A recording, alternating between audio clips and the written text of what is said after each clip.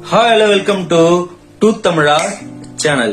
50 days, 50 storiesல day number 2, story number 2, வத்தி குச்சி. புதுசா வாங்கின தீப்பெட்டிக்குள்ள நிறைய தீக்குச்சி இருக்கு. ஒரு தீக்குச்சியும் ஒரு பர்பஸ்க்காக படைக்கப்பட்டிருக்கு. ஒரு சில தீக்குச்சி நீங்க மெழுகுவத்தி ஏத்த பயன்படுத்தினீங்கன்னா இருள போக்கி வெளிச்சத்தை கொடுக்கும். ஒரு சில குச்சிய நீங்க சமையல் கட்டுல பயன்படுத்தினீங்கன்னா நிறைய பேரோட பசியை போக்கும்.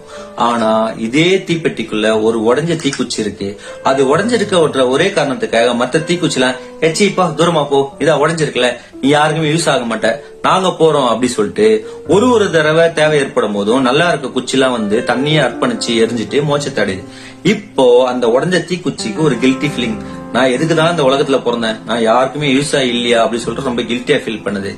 இப்போ வாழ்க்கையில கடன் தொல்லையால பாதிக்கப்பட்ட ஒரு மனுஷன் தனக்கு குடும்பம் குழந்தை இருக்குன்றது என்றதே மறந்து இதுக்கு மேல தன்னால கடனையே அடைக்க முடியாது சொல்லிட்டு தான் உயிரை தானே மாய்ச்சிக்கலாம், சூசைட் பண்ணிக்கலாம் அப்படின்ற நிலைமையில வீட்டு உள்ள வரான், கதவை பூட்டுறான், மண்ணெண்ணெய தலை மேல ஊத்துறான், தண்ணியே தான் கொளுத்திக்கலாம் சொல்லிட்டு ஒரு வத்தி பெட்டி தர்றான். அந்த ஓரமா அந்த வத்தி பெட்டி இருக்கு.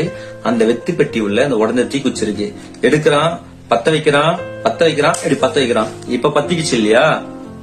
ஆனா அவன் பத்த வைக்கும் போது குச்சி பத்தல. இவன் ரொம்ப கடுப்பாயிரான். எனக்கு சாகிறதுக்கு கூட உரிமை இல்லையா அப்படி சொல்லிட்டு இந்த தீக்குச்சி கூட எனக்கு துரோகம் பண்ணுது சொல்லிட்டு அந்த எரியாத தீக்குச்சி தூரம் தூக்கி போட்டு ஒரே கத்தி அழகுறான். பக்கத்து வீட்டுல இருக்கவன் இவனோட கதறலை கேட்டுட்டு கதவு உடைச்சு இவன் உயிரை காப்பாத்துறான். 6 மாசம் நிலைமெல்லாம் மாறுது. இவன் கடன் எல்லாம் அடைக்கிறான். வாழ்க்கை பழைய நிலைமைக்கு திரும்புது. தன்னோட குழந்தையால அதே ரூமுக்கு வரான். அந்த குழந்தை அந்த எரியாத அந்த தீக்குச்சி எடுத்து கையில பாக்குது. அந்த மனுஷன் அந்த தீக்குச்சியை வாங்கிட்டு பாக்குறான். பாத்துட்டு ஒரு வார்த்தை சொல்றான், நீ எரியாம இருந்ததுக்கு ரொம்ப ரொம்ப ரொம்ப நன்றி. ஏன்னா எரிஞ்சிருந்தா அவன் வாழ்க்கை அங்கேயே முடிஞ்சிருக்கும். கரெக்டா?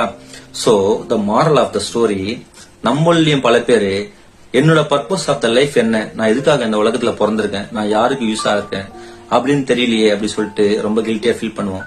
ஆனா உங்களுக்கான டைம் வரும்போது தான் உங்களோட பர்பஸ் ஆஃப் லைஃப் தெரியும். எப்படிக்கு இந்த தீக்குச்சிக்கு தெரிஞ்சதோ அதே மாதிரி. So let's wait for your purpose of life.